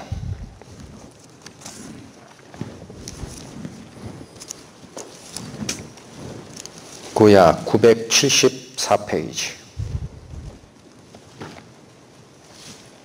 14절. 그러므로 주께서 친히 징조로 너희에게 주실 것이라. 보라, 처녀가 잉태하여 아들을 낳을 것이요 그 이름을 임마누엘이라 하리라. 하나님께서는 우리의 구원자를 보내실 때 징조를 먼저 주신다는 거예요. 분명히 알 수 있는 징조로 너희에게 죽을 거야. 어떤 징조입니까? 보라, 이제 잘 들어, 그런 얘기예요. 집중해. 처녀가 잉태하여 아들을 낳는 일이 있다라는 겁니다. 결혼해서 아들 낳는 걸 얘기하는 게 아니에요. 수처녀가 그냥 아들을 낳는 일이 있을 것이다. 그런데 그 이름, 그 지위, 그 수처녀가 잉태하여 낳는 아들은 어떤 의미를 띠고 오느냐? 임마누엘의 의미를 띠고 올 것이다. 임마누엘이 무슨 뜻입니까? 하나님이 우리와 함께 계시다라는 뜻입니다. 굉장한 예언입니다. 사람과 같이 거할 수 없는 하나님, 높은 하늘에 계셨던 하나님, 영광의 하나님께서 인간과 같이 거하러 내려오는 날이 있다라는 거예요. 하나님이 우리와 함께 거하시는 날이 있다. 그게 어떤 방식으로 이루어진다? 처녀가 잉태하여 아들을 낳는 때에 하나님 당신께서 인간 속에 내려와 거하는 상태가 된다라는 얘기입니다. 이 예언이 어떻게 이루어졌습니까? 예수님께 이루어집니다. 보시겠습니다. 마태복음 1장 18절, 신약 1페이지죠. 마태복음 1장 18절부터 살핍니다. 예수 그리스도의 나심은 이러하니라. 그 모친 마리아가 요셉과 정혼하고 동거하기 전에 잠자리 같이 하기 전에 성령으로 잉태된 것이 나타났더니 그 남편 요셉은 의로운 사람이라 이것을 드러내지 아니하고 가만히 끊고자 하여 이 일을 생각할 때에 주의 사자가 현몽하여 가로되 다윗의 자손 요셉아 내 아내 마리아 데려오기를 무서워 말라. 저에게 잉태된 자는 부정한 행위로 해서 된 거니라 성령으로 된 것이니라. 아들을 낳으리니 이름을 예수라 하라. 이는 그가 자기 백성을 저의 죄에서 구원하실 자이심이니라. 여러분, 처녀가 잉태하여 아들을 낳은 예가 예수님 말고 인류 역사에 있었습니까? 전무합니다. 사람들이 성인이라고 치받쳐서 쫓아가는 부처나 공자나 맹자나 없어요. 사람의 아들이에요. 유독 하나님의 아들이 오는 방법이 그러면 왜 아버지 없이 엄마 몸을 통해 성령의 감동하심으로 잉태케 하는 걸까요? 왜 그런 복잡한 과정을 써가지고 하나님 편한 방법 쓰시지. 아니 처녀가 자꾸 애뱉다고 하니까 생물학적으로 안 맞는데 어떻게 믿고 쫓아가라고 그렇게 하셨지? 왜 그랬을까요? 남자가 아버지로 개입하는 일반적인 방식으로 생명이 태어나면 아버지가 죄의 유전자를 가지고 있으면 아들도 죄가 되는 거예요. 죄인이 나오는 거예요. 우리의 죄를 해결하시려 살려주는 영으로 오시는 예수님이 죄인의 자식으로 태어나면 자기가 죄인인데 어떻게 죄인을 구합니까? 죄 없는 몸으로 오시는 거예요. 그래야 어떻게 돼요? 구할 수 있어요. 그러니까 어머니 몸을 통해서 육체의 모습은 쓰고 나오지만 아버지의 유전자를 받은 적이 없이 나오는 거예요. 그래 죄가 유전이 되지 않는 거지. 어떤 분은 이렇게 얘기합니다. 성령에 의해서 잉태가 됐다? 그렇다 치자. 그러면 마리아라는 여자의 태반에 거기서 컸잖냐. 예수님이 그 10달 된 다음에 애가 나왔잖냐. 그럼 마리아 태반에 연결이 돼서 어머니로부터 영양 공급 받을 때 어머니의 피와 교류됐을 텐데 그럼 역시 마리아도 죄인인데 예수님 죄인 아니요? 그렇게 얘기하는 분들 많습니다. 그렇죠? 그래서 천주교에서는 뭐라고 합니까? 답변 못하니까 마리아도 죄가 없이 생겼다는 거예요. 여러분 잘 들으셔야 됩니다. 무염시태라는 말이 있어요. 오염되지 않고 잉태됐다라는 거예요. 예수님 얘기에 쓰는 게 아니에요. 무염시태라는 단어를 누구에게 쓰는 거예요? 가톨릭에서? 마리아에게 씁니다. 왜 그래요? 어머니가 죄가 없어야 그 아들 예수님이 죄가 없는 거니까 피가 교류된다라고 생각하니까. 이해하셨어요? 그럼 마리아는 어떻게 무염시태했대요? 아, 그거 능력으로 된 거야. 그 이상은 따지지 마라.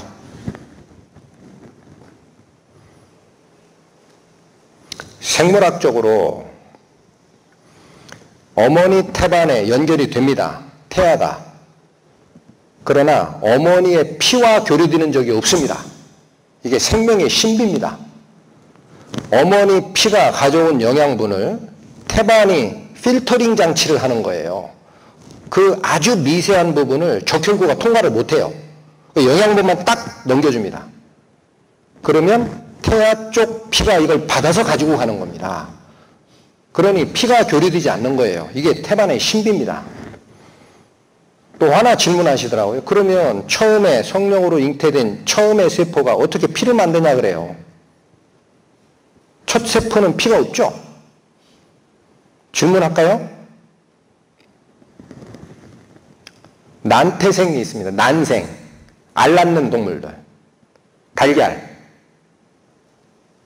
닭이 달걀 낳았어요. 달걀 안에 피 세포 하나라도 있습니까? 달걀 자체에 피세포가 있어요? 없어요? 없어요. 그런데 그것이 분화하면서 제일 먼저 만들어내는 게 피와 혈관 조직입니다.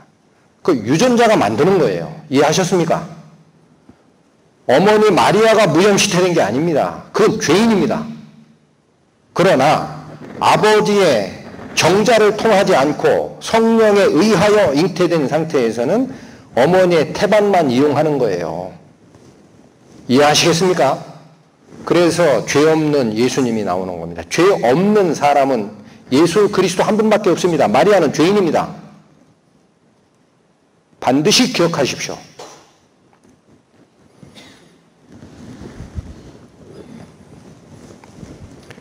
이 비밀이 언제부터 예언된 겁니까? 하나님께서 세상을 창조하시는 창세기에 예언되어 있어요. 창세기로 갑니다. 3장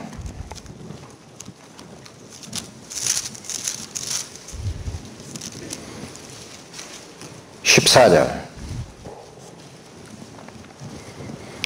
여호와 하나님이 뱀에게 이르시되 내가 이렇게 하였으니 네가 모든 육축과 들의 모든 짐승보다 더욱 저주를 받아 배로 다니고 종신토록 흙을 먹을지니라. 하나님께서 뱀이 하와를 유혹한 사건을 확인한 다음에 뱀에게 내린 저주입니다.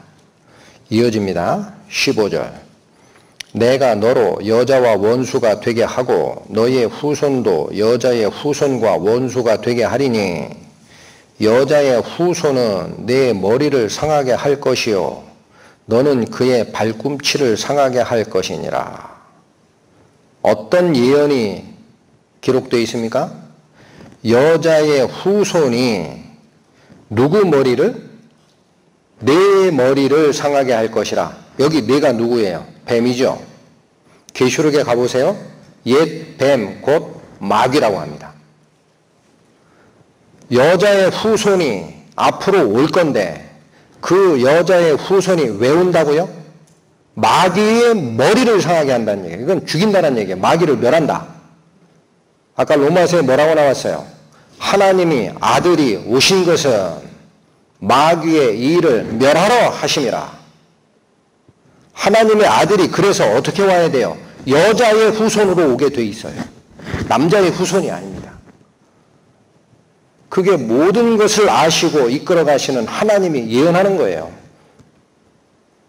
여자의 후손으로 하나님의 아들, 내 아들 보낼 거야. 한참 후지만. 걔가 무슨 일을 할 줄 아니? 마귀 너를 멸하러 올 거다. 이것이 처음부터 하나님의 입에서 선포된 원시 복음이라고 합니다. 하나님이 그대로 이끌어 가시는 거예요. 창세기가 조작됐다고요?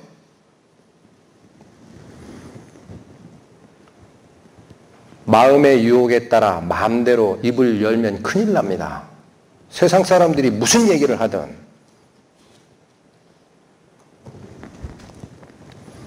이사야서로 갑니다. 9장 페이지로 975페이지입니다.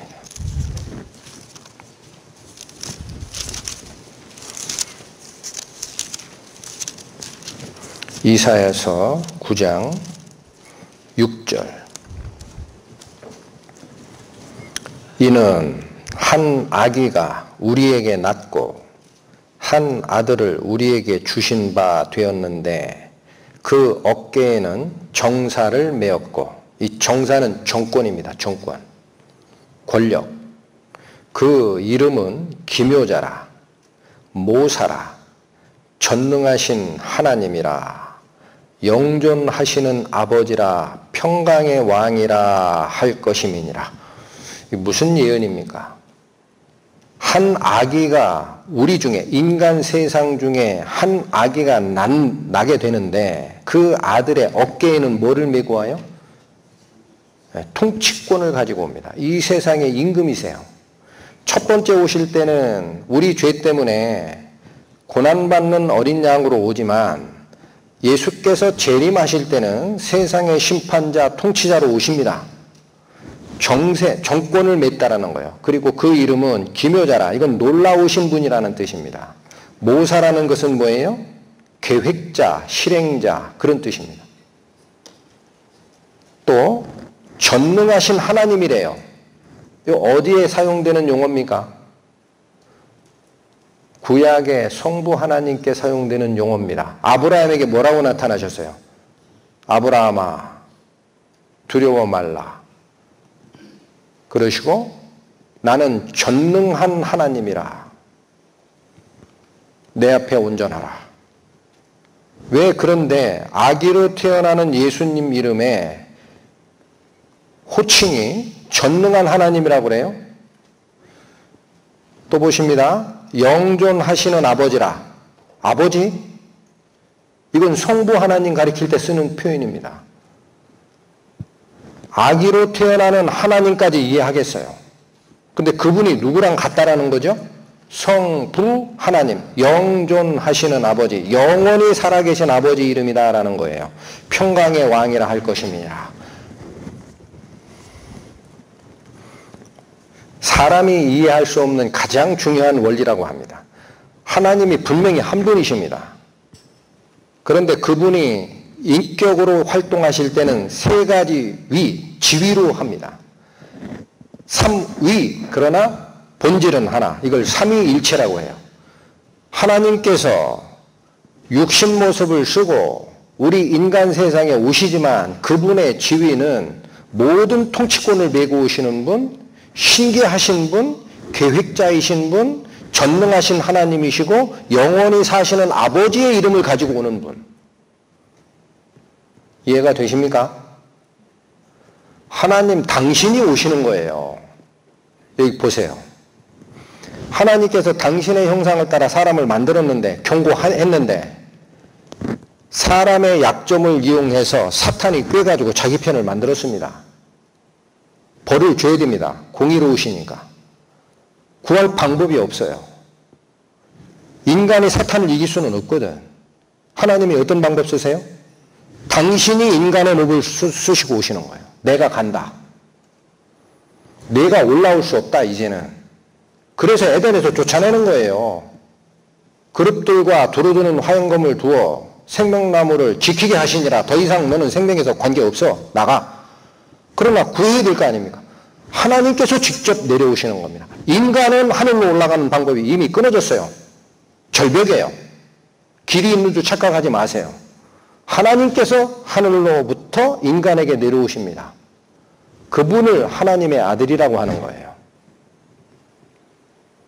그분이 하나님의 아들, 그분만이 유일한 구원자, 그분만이 길을 연, 나는 길이요 진리요 생명이라, 나로 말미암지 않고는 아버지께로 올 자가 없느니라 하셨던 그리스도 메시아입니다.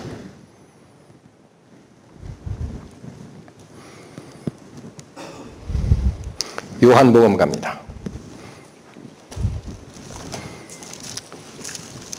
신약 142페이지.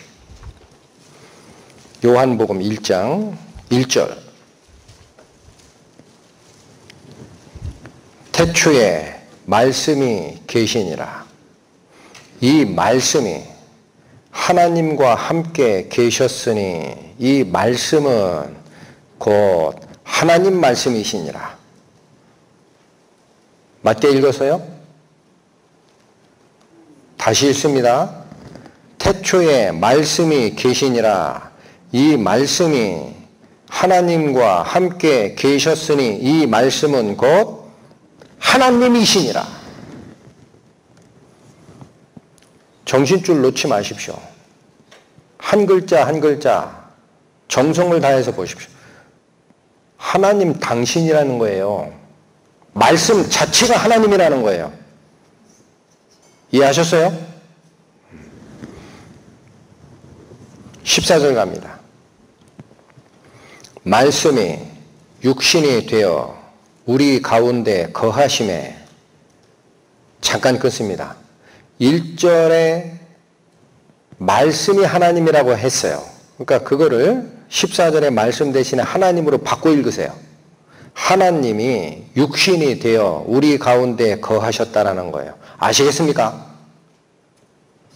그러니까 한 아기가 태어날 텐데 그 이름은 기묘자라 모사라 전능하신 하나님이라 영존하시는 아버지라라고 하는 거예요. 이해하시겠어요? 하나님 당신이 오시는 겁니다.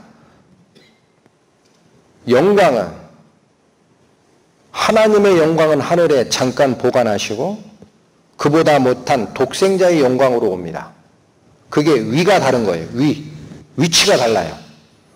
본질은 하나이시나 영원하신 하나님의 존귀성은 절대 훼손이 안 되는 거예요. 그리고 내려오신 것을 우리는 아들의 영광이라고 합니다. 18절 보십시오. 본래, 제가 14절 다 안 읽었습니다. 다시 갑니다. 14절. 말씀이 육신이 되어 우리 가운데 거하심에 우리가 그 영광을 보니 아버지의 독생자의 영광이요 은혜와 진리가 충만하더라. 아버지 하나님의 영광은 하늘에 보존됩니다. 그리고 무슨 영광으로 내려왔다?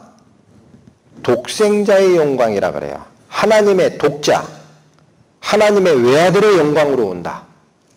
18절.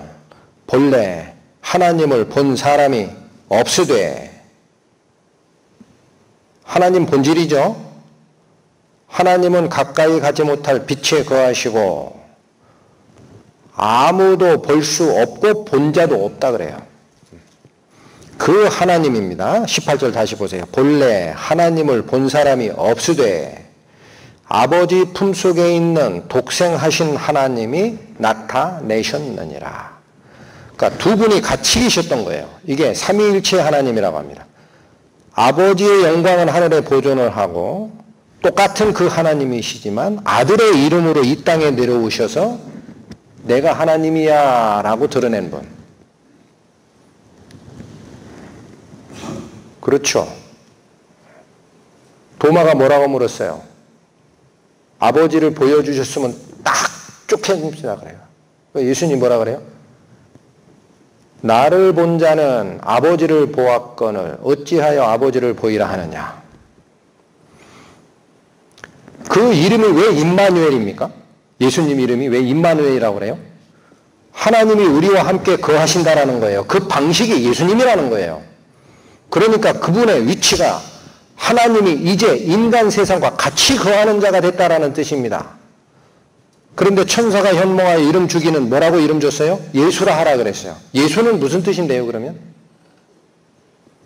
여호와, 즉 하나님이 구원이시라라는 뜻입니다. 그럼 예수가 원래 본질이 뭐라는 거예요? 하나님이라는 거예요. 하나님이 구원하러 오셨다는 거예요. 아시겠죠? 그 이름을 예수라고 하는 거예요. 예수와.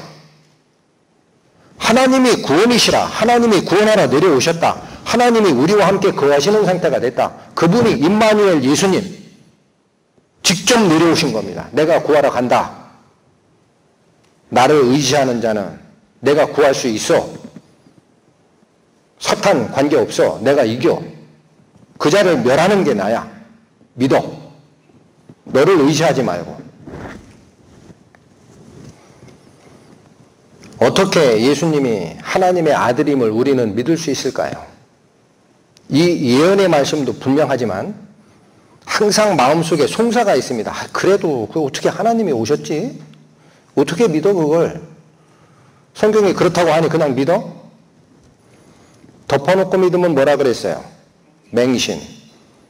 긴지 아닌지 잘 묻는데 그냥 믿으면 미신. 하나님 그거 요구하는 게 아닙니다. 증거 주십니다. 하나님 아들 맞아. 증거 주십니다. 로마서 1장. 신약 239페이지.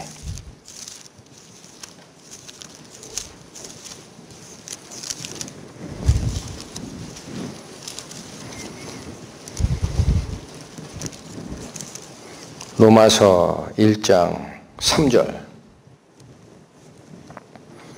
이 아들로 말하면 육신으로는 다윗의 혈통에서 나셨고 성결의 영으로는 죽은 가운데서 부활하여 능력으로 하나님의 아들로 인정되셨으니 곧 우리 주 예수 그리스도시니라. 여러분, 예수님의 부활이 증거하는 게 뭡니까? 예수님이 십자가상에서 죄짐을 지고 돌아가셨습니다. 어디까지 내려갔다라고 되어 있습니까? 성경에? 지옥까지 내려갔어요. 아, 왜 그래야 돼요? 죄진 자는 지옥에 가게 되어 있잖아요. 거기 가두는 이유가 사탄이 거기 있기 때문에. 이해하십니까? 모든 죄짐을 지고 지옥에 내려갔어요. 그런데 올라오지는 못해. 그럼 그건 실패죠. 지옥에 내려갔어요. 올라오지는 못해서. 마귀를 못 이겼어. 그럼 실패지. 우리가 저쪽 적진에 포위로 쌓여있는 아군 구하러 특공대 보냈는데 가긴 갔어. 나오지는 못해. 그럼 실패지. 그렇죠? 그 모든 사망의 권세를 이기시고 부활하시는 것이 하나님이다라는 증거라는 거예요. 하나님이다. 다른 증거는 필요 없다.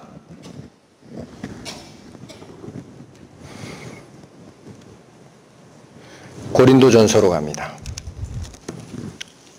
고린도전서 1장 264페이지입니다. 고린도전서 1장 18절.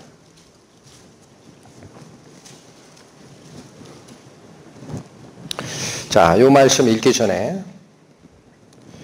예수님께서 십자가에 돌아가시고 우리의 모든 죄짐을 지옥에 묻으신 다음에 하나님의 성령의 능력으로 다시 부활하여 올라오셨다라고 얘기를 하면 어떤 사람들은 그거는 그냥 논리구조고 그렇게 얘기하든 저렇게 얘기하든 그건 난 모르겠고 하나님의 아들이면 왜 십자가에 달려서 죽어버리냐.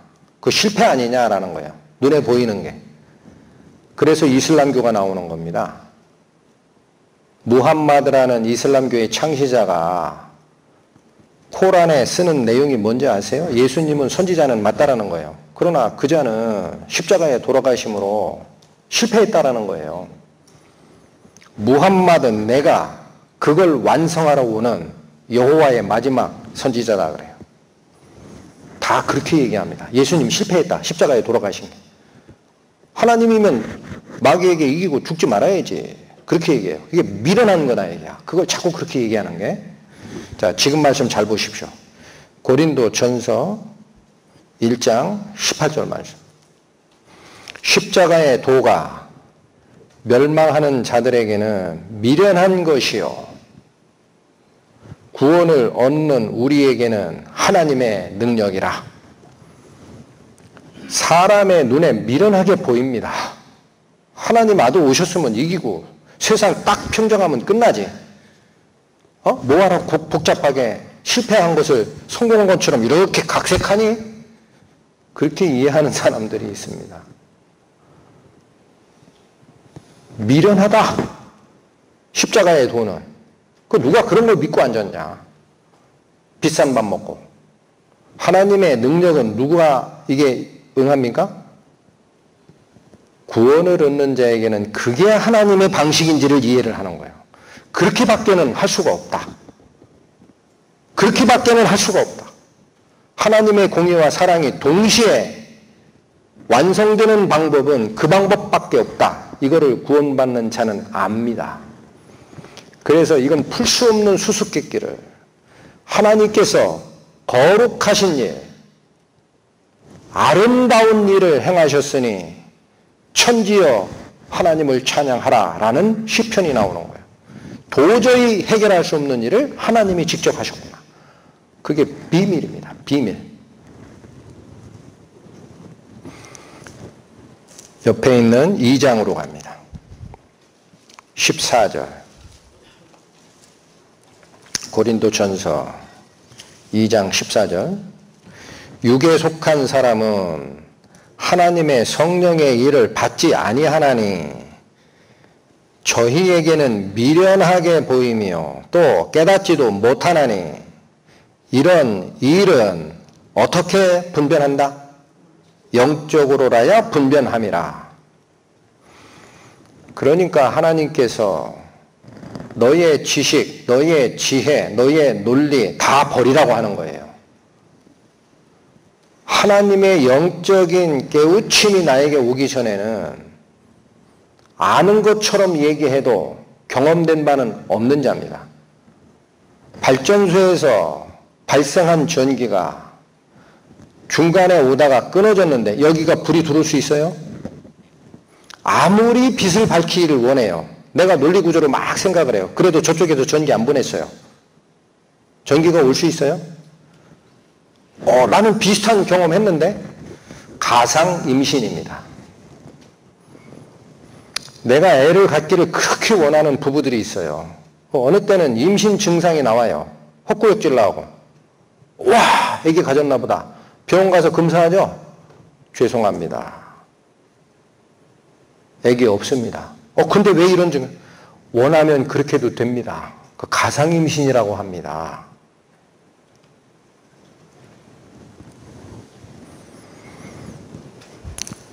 고린도 후서로 갑니다. 자, 잠깐 여기 한번 정리합니다. 하나님의 성령을 받지 아니하는 자는 십자가의 도가 미련할 뿐만 아니라 깨닫지도 못하고 알 수가 없다 그랬어요. 분명히 그렇게 되어 있어요. 아시겠죠? 여기서 우리가 생각할 게 있습니다. 특히 복음을 여러 번 들었던 분들 잘 기억하십시오. 그런데 아직 해결되지 않은 것 같다라는 사람. 복음은 내 머리로 이해하는 게 아닙니다. 여기 뭐라고 했어요? 영에 속한 하나님의 성령의 일을 받은 자만이 깨우치는 영역이다 그러죠. 영적 싸움인 사실을 반드시 기억해야 됩니다. 영적 싸움입니다. 지식의 싸움 아니고 어떤 분은 내 마음이 갑자기 뜨거워졌다 그래요. 감정의 싸움 아닙니다. 지식도 아니고 감정도 아닙니다. 무슨 싸움이라고요? 영의 싸움입니다. 고린도 후서로 갑니다. 4장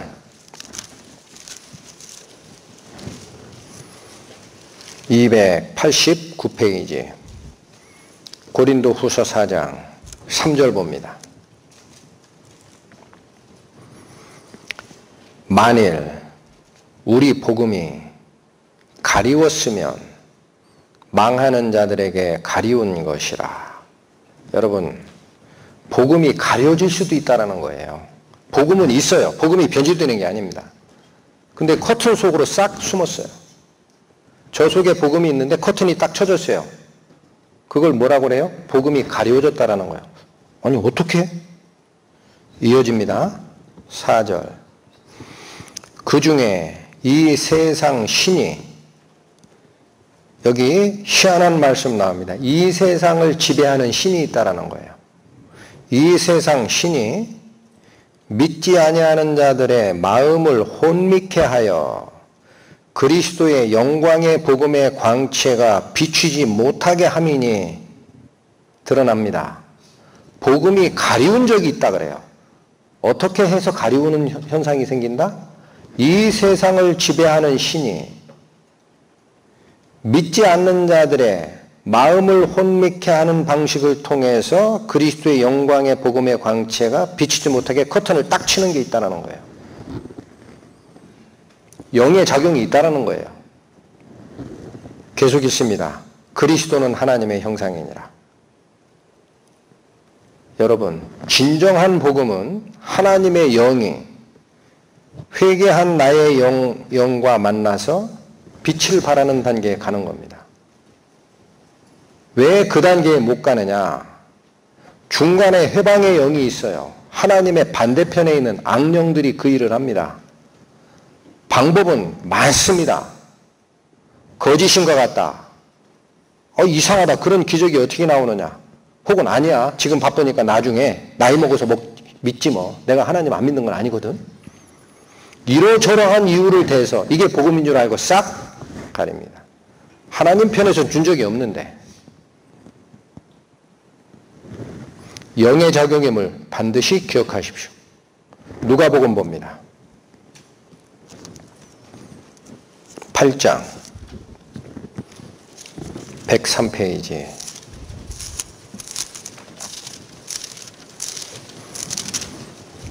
누가복음 8장 5절.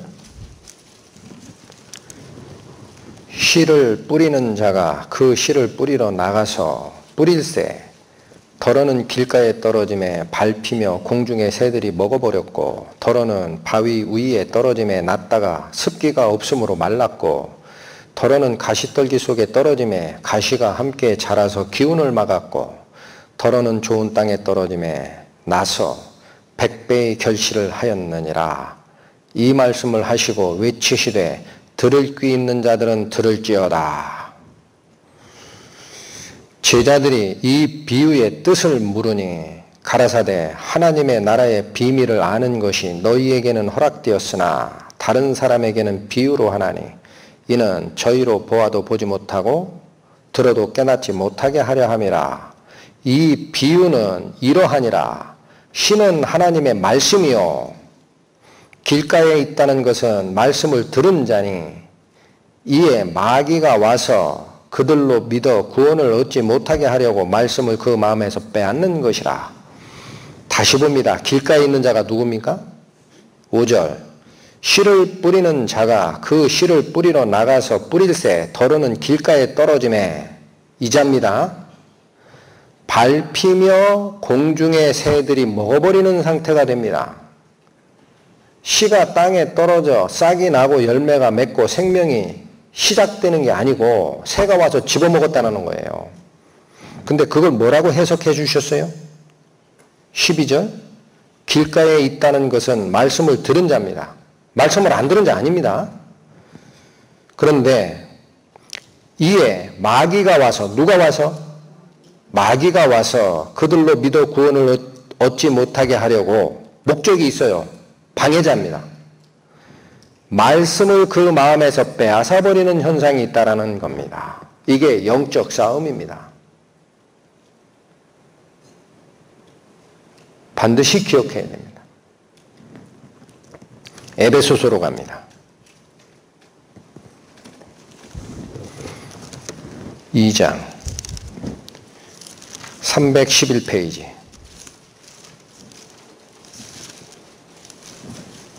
에베소서 2장 2절 말씀. 그때에 너희가 그 가운데 행하며 이 세상 풍속을 좇고 공중의 권세 잡은 자를 따랐으니, 여러분, 이 세상 임금이 믿지 아니하는 자의 마음을 혼미케 하여 그리스도의 광채가 비치지 못하게 함이니, 기억하십니까? 그 이 세상 신이 여기 나옵니다. 정체가 다시 읽습니다. 2절. 그때에 너희가 그 가운데서 행하여 이 세상 풍속을 좇고, 뭐를 쫓았어요? 죄인 됐을 때 우리 이 세상 쫓아갑니다. 공중의 권세 잡은 자를 따랐으니 곧 지금 불순종의 아들들 가운데 역사하는 영이라. 왜 불신을 할까요? 똑같은 은혜의 복음이 전포가 되는데 왜 누구는 불신할까요? 유혹의 욕심을 따라 이 세상 권세를 잡고 흔드는 이 세상 신, 그들이 역사한다라는 거예요. 다시 읽습니다. 그때에 너희가 그 가운데서 행하여 이 세상 풍속을 좇고 공중의 권세 잡은 자를 따랐으니 곧 지금 불순종의 아들들 가운데 역사하는 영이라. 가만히 있는 영이라. 믿지 않는 자에게 혼미케 하는 영이라. 믿지 않는 자에게 역사하는 영이라는 건 작용하는 영이라는 거예요.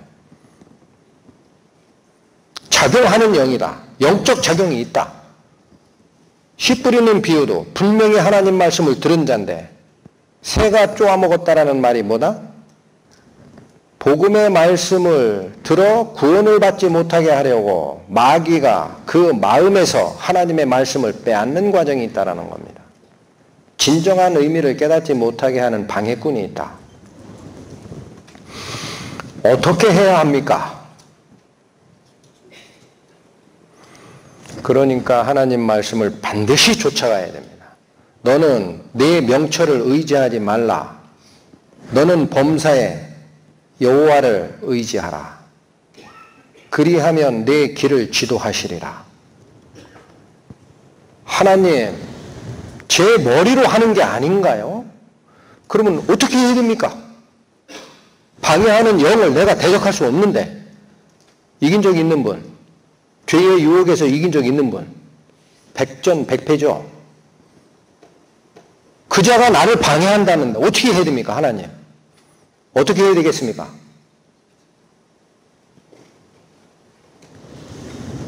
하나님의 능력 앞에 무릎을 꿇고 회개하는 거예요.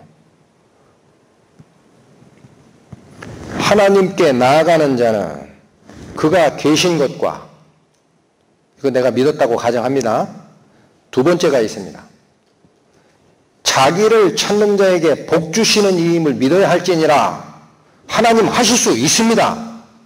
나는 사탄의 영을 배척할 수 없지만 나를 방해하는 미혹의 영, 그거 걷어내 주십시오 라는 기도를 하면 하나님은 나를 구원하시는 하나님이심을 믿어야 할지니라.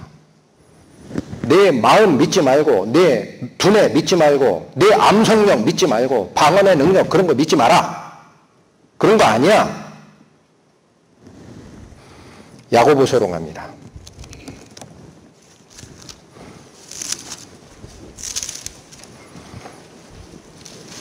4장 374페이지 7절 말씀. 그런즉 너희는 하나님께 순복할지어다. 마귀를 대적하라. 그리하면 너희를 피하리라. 여러분, 하나씩 발견해 나가셔야 됩니다. 우리에게 자유선택권을 주셨어요, 하나님이. 그리고 생명의 영이신 하나님과 반대편에 있는 사망의 영인 사탄이 있습니다. 둘이 같은 음성을 줍니다. 아니, 말씀을 잘못 드려요. 다른 음성을 줍니다. 인간에게. 하나님은 먹으면 죽는다. 뱀은 절대 안 죽어. 하나님이 이 인간의 선택에 개입 안 하듯이 잘 들으셔야 됩니다. 영혼의 구원에 대한 문제는 사탄도 인간이 하나님 편으로 돌아서겠소 결정할 때는 사탄도 개입 못하게 돼 있어요. 그걸 하나님이 보장하십니다. 여기 뭐라고 나옵니까?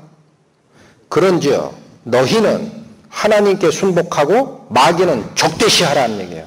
나는 다시는 이 영을 쫓지 않겠소. 마음속에 이건 적이다. 결단을 내려라 라는 거예요. 그리하면 마귀가 도망가요? 안 도망가요? 다시 있습니다. 그런즉 너희는 하나님께 순복할지어다. 마귀를 대적하라. 그리하면 너희를 피하리라. 그런 기도하셔야 되는 거예요. 하나님, 제가 잘 안 믿어집니다. 머릿속엔 다 알겠는데 하나님 저를 인도하소서. 혹 저를 가로막고 있는, 저에게 오는 그리스도의 복음의 광채를 가리고 있는 이 세상 미혹의 신의 영향이 있습니까?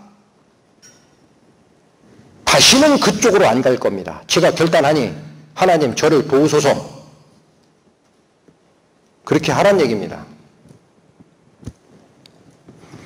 더 있습니다. 8절. 하나님을 가까이 하라. 그리하면 너희를 가까이 하시리라. 이 마찬가지예요. 사람의 마음이 사탄은 잘못됐다, 너는 나를 떠나라 하면 사탄도 더 이상 간섭을 못하는 상태가 되고, 또 나의 마음이 하나님 편에 가까이 하겠다 그러면 하나님은 이제서는 우리가 하나님의 선물을 받아들인다라는 사인을 줬기 때문에 증여가 된다라는 거예요. 쌍방행위가 이루어진다. 내가 반대할 때는 하나님이 주고 싶어도 못 준다.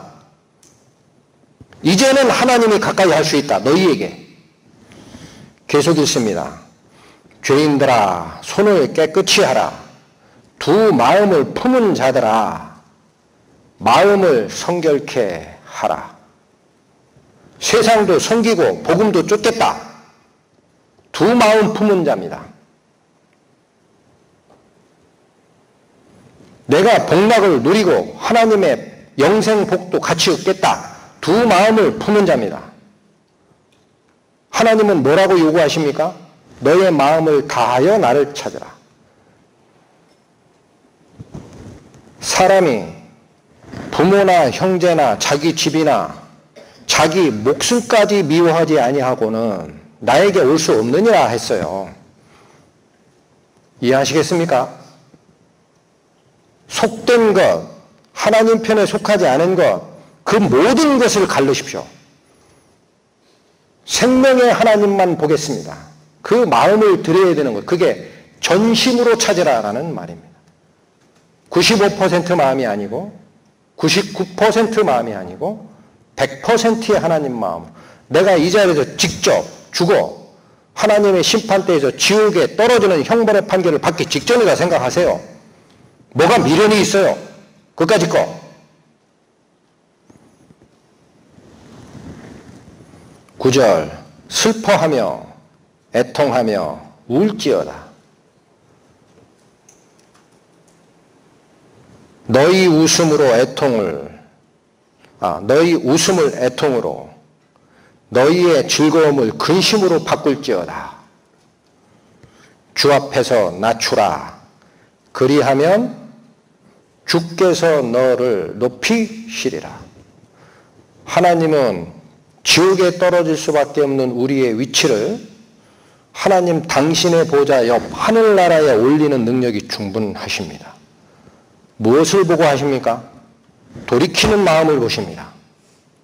여전히 세상의 신, 그들이 주는 이생의 복락, 보암직도 하고 먹음직도 하고 지혜롭게 할 만큼 탐스럽기도 한 그 유혹을 쫓을 것이냐?